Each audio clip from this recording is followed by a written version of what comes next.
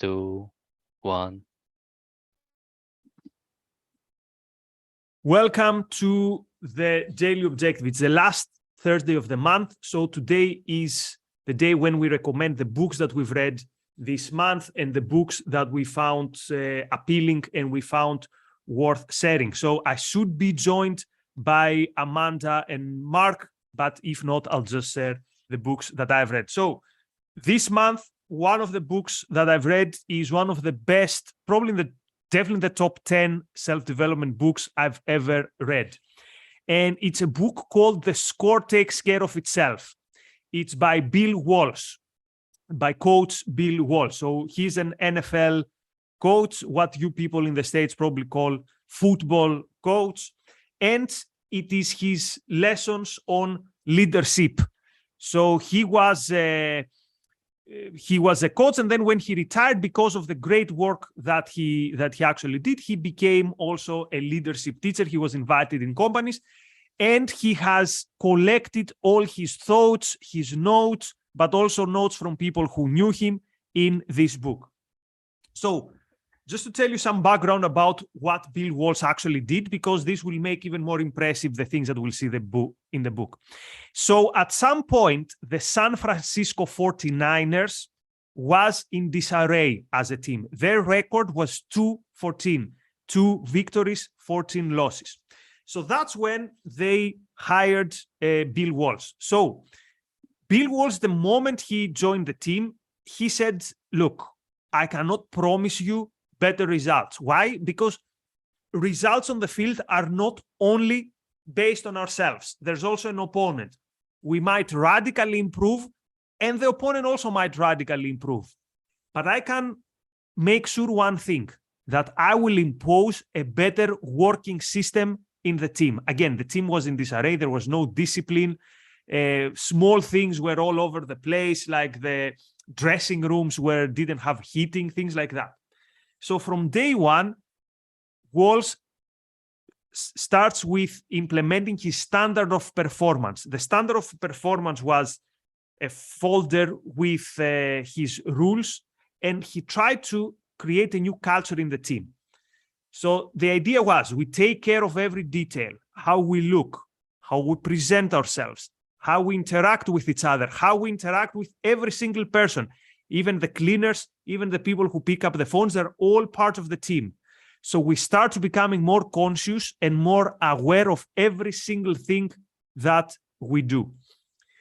So you might have heard me, I think it was last month, when I talked about the compound effect, or when I talked about atomic habits, where they have the same message, which is you make very small changes, and these small changes pile up, and then they bring a good result. What you notice in good self-development books is most of them recycle the same good ideas in a different package. Why? Because most people who succeed by following some good ideas. So what happens when Bill Walsh introduces his standard of performance and pays attention to all these very, very, very small details? I mentioned some details that are irrelevant with what was actually happening in the field, but also he changed the offense of the team. But if you don't follow American football, the book will still make sense. So next season, so remember, when he joined the team had the 2-14 record.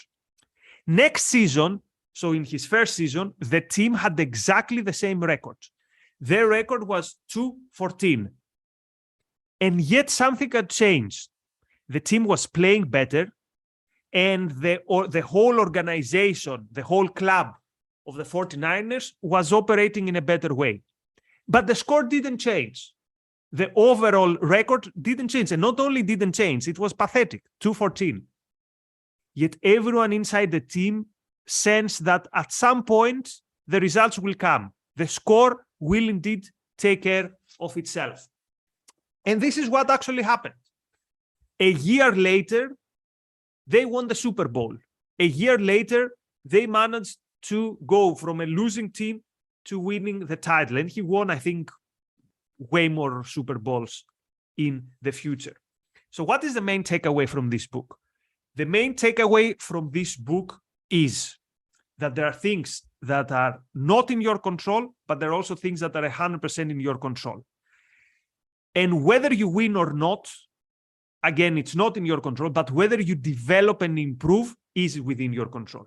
So Walsh's philosophy is, it's not that when we find ourselves playing an important game, somehow magically we will rise up to the occasion. You don't rise up to the occasion.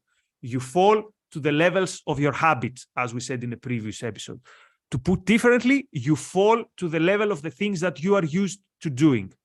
So have we trained for 2 years the same offense with the same fundamentals, starting with the same passing patterns and all that stuff? Then also we're going to do this in the big game.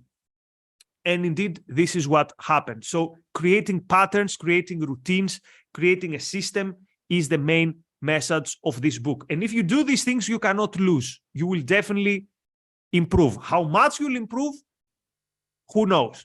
But the result has to be at some point better because you're doing the right things. So keep doing the right things, and then these right things are going to lead you to better results. Now, if you read the book, there are many anecdotes, stories, leadership lessons. One of the things that I found the most interesting one, and of which I'm 100% in accordance, is in agreement, is his claim that we overestimate this whole idea of a leader being a motivator and giving a pep talk. So you might have seen films like Any Given Friday or Friday Night's Light. Anyway, I don't remember. I'm not so good in American football, but or in films about sports in general. And the main scene is that the coach is giving this motivating talk.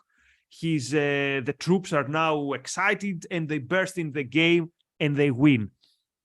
And Bill Walsh says, yeah, sometimes I would also try to wake them up or whatever, but overall, this is super overrated. Why? Because the whole motivation lasts for some minutes. When you're in the field, again, what do you do? The things that you're used to doing, the patterns, the systems that you're either good at or you're not good at. Your level of motivation might make a small difference on the margins every now and then, but usually it's not going to bring you that far. And following sports, I can tell you this, there are teams that live for specific games. So let's say you have a really bad season and then you play with your eternal rival and you see red and you go in and you destroy them. Okay, who cares? At the end of the season, they're going to win the title. You're going to have a losing record. So his point is, don't focus on hype.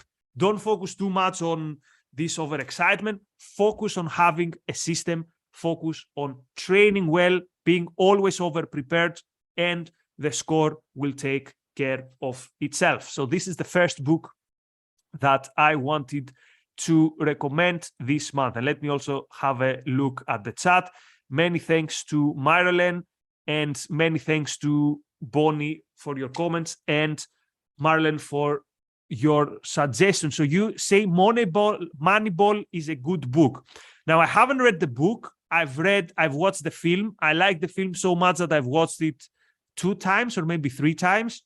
And because I love sports-related stories. Again, what's the lesson also from Moneyball? Have a system, have a method, and then the results will come. Also great acting by Brad Pitt. He's very good in that film. Okay, the second book I want to suggest is not a non-fiction book, is a fiction book. So I mentioned in the past Stephen Pressfield, the author of The War of Art and Turning Pro. I've read Turning Pro, or I've listened to it 3 times in 3 months, something like that. So it's in the top 3 books I've ever read when it comes to self-development. Turns out Stephen Pressfield has also written fiction books. And I've had one of his books for almost 20 years. It's a book called The Virtue of War. This is the Greek translation. And I've never read it. But the other day I saw it and I say, hey, I have a book by Stephen Pressfield. I didn't even know this. So I read this book. This is a book about Alexander the Great. Alexander was the king of Macedonia, of course, the Greek Macedonia, not the confusion that later happened with the name of this country and how it's used now by the state on the north called the North Macedonia. We're talking about the ancient Greek Macedonia. So Alexander the Great was one of the biggest conquerors in history. He started from what today is the Greek Macedonia, and he ended up in India. He started from the north of Greece and he ended up in India. But also he was someone who saw himself as a man of culture. He had as his personal tutor Aristotle himself, and he saw his campaign as a civilizing mission. Of course, you could disagree with that. Of course, you could say he was an imperialist, but he was definitely a very, very interesting personality.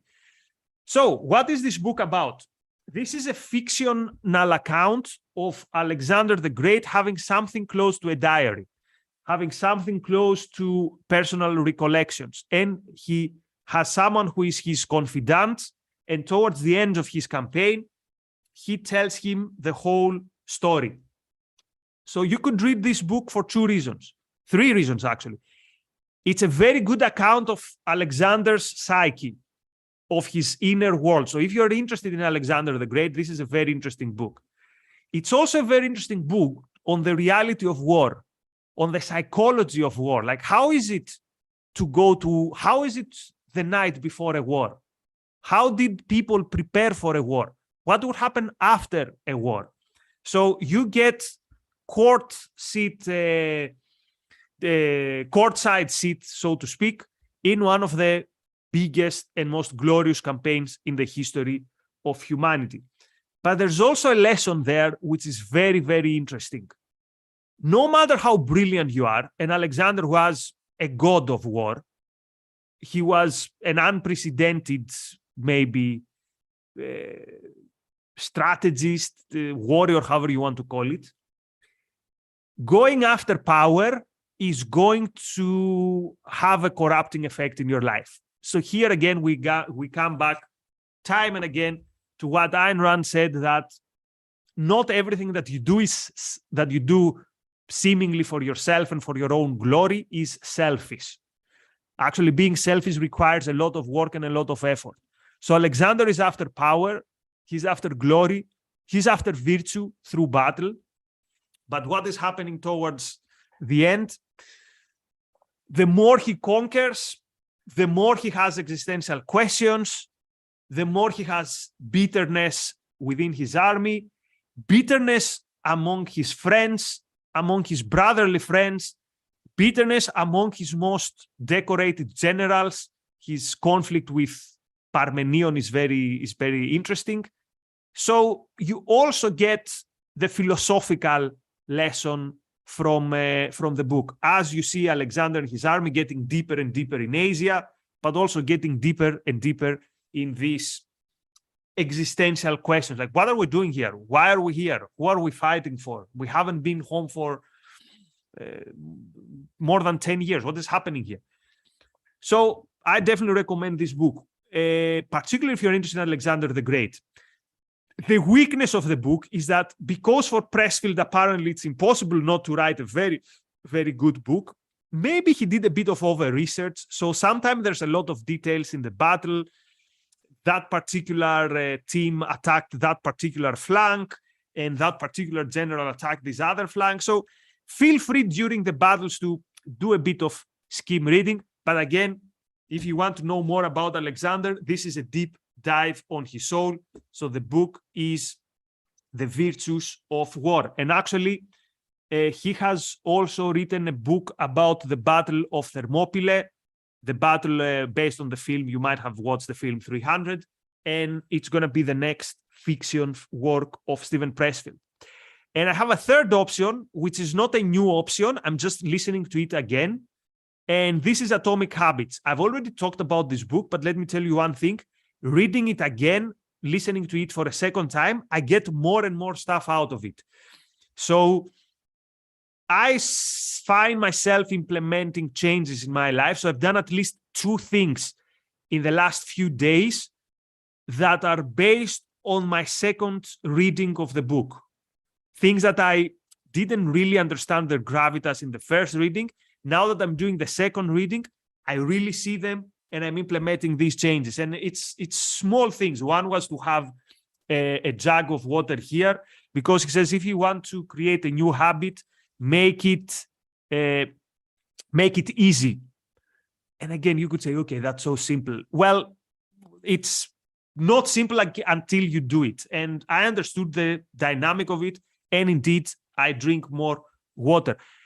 The opposite of it is do it difficult. Make it more difficult to engage in a bad habit. So in the last couple of weeks, I've smoked a couple of cigarettes. I had a packet of cigarettes. Then I wouldn't feel good. So I thought, you know what, I'll just throw it away. And it wasn't in front of me and it wasn't there. Again, that's not nuclear science, but it made my life slightly better. And the third thing, he talks about habit stacking. He talks about stacking habits together, putting one habit that you already have and adding a new habit close to it. So this makes it more possible that you will stick to that habit. So for example, if every morning you brew coffee and it takes 10 minutes for your coffee to brew, for example, if you try to find time to meditate while the coffee is brewing, you're doing the brewing of the coffee anyway, so stick the meditation close to it. Or I found that I had the problem with fitting both boxing and weightlifting to my schedule. So what I did is my boxing gym and my actual gym is literally 20 meters away. So every time I have boxing, I also go to the gym. Actually, the other way around. Every time I go to the gym before I schedule my boxing classes, I do one-on-one, so I have some flexibility. Otherwise, I'm not sure if I would be sticking with the boxing classes. Now I'm in class something like 16, 17. So I think this habit stacking actually worked. So honorable mention to Atomic Habits. Listening to it again, I get a lot of passion. I get a lot of wisdom out of it. Okay, so Ali, thank you very much for your comments. Off topic, what are your Halloween plans? Okay, so I hate scary books. I hate thriller books. Mystery, I'm a bit boring with mystery. I only like Agatha Christie or Conan Doyle. The problem is that every 15 years, every 10 years, I reread the major things by Agatha Christie. So I let some time to pass so that I forget who is the murderer, what's the plot, and I reread them again. But mostly, I read them during Christmas in my family house. So this is the thing. The other thing is Halloween is not big in Greece. Now it's kind of a thing. Some people do it, but we have the equivalent of the Rio Carnival. The carnival. So that's when we dress. And it's a bit different than Halloween. It's not so much that it's spooky. It's more that we do funny things and we party. And this is just before the 40 days of Lent, before Easter. So the equivalent of Halloween in Greece is towards the end of winter. But thank you very much for your comment and your contribution. Okay, so this was perhaps the shortest daily objective, just 20 minutes, hopefully on the spot. So check out, if you take one thing away from this week, give a chance to the book, The Score Takes Care of Itself. Or if you don't want to read the book, go and do the Cliff Notes or whatever. It's one major idea, but if you pay attention to this idea, its effect is going to be significant. Talking about advice, I now have a YouTube channel, as I've said in the past. My first video was productivity lessons from Howard Roark. And I also mentioned there, The Score Takes Care of Itself. And I see Roark actually implementing some of the things that Coach Walsh is talking about, although obviously Ayn Rand was writing almost half a century before Coach Walsh wrote his book. Okay, that's all for today. Many thanks. Thanks also, Ashley. Oh, your grandfather was a boxer. Okay, I wish I started boxing actually earlier. It's it's also important for your mind. Like when you're in a ring, even if the person opposite to you is your teacher and he's very respectful and he's not going to hurt you, it's an experience. You have to do something.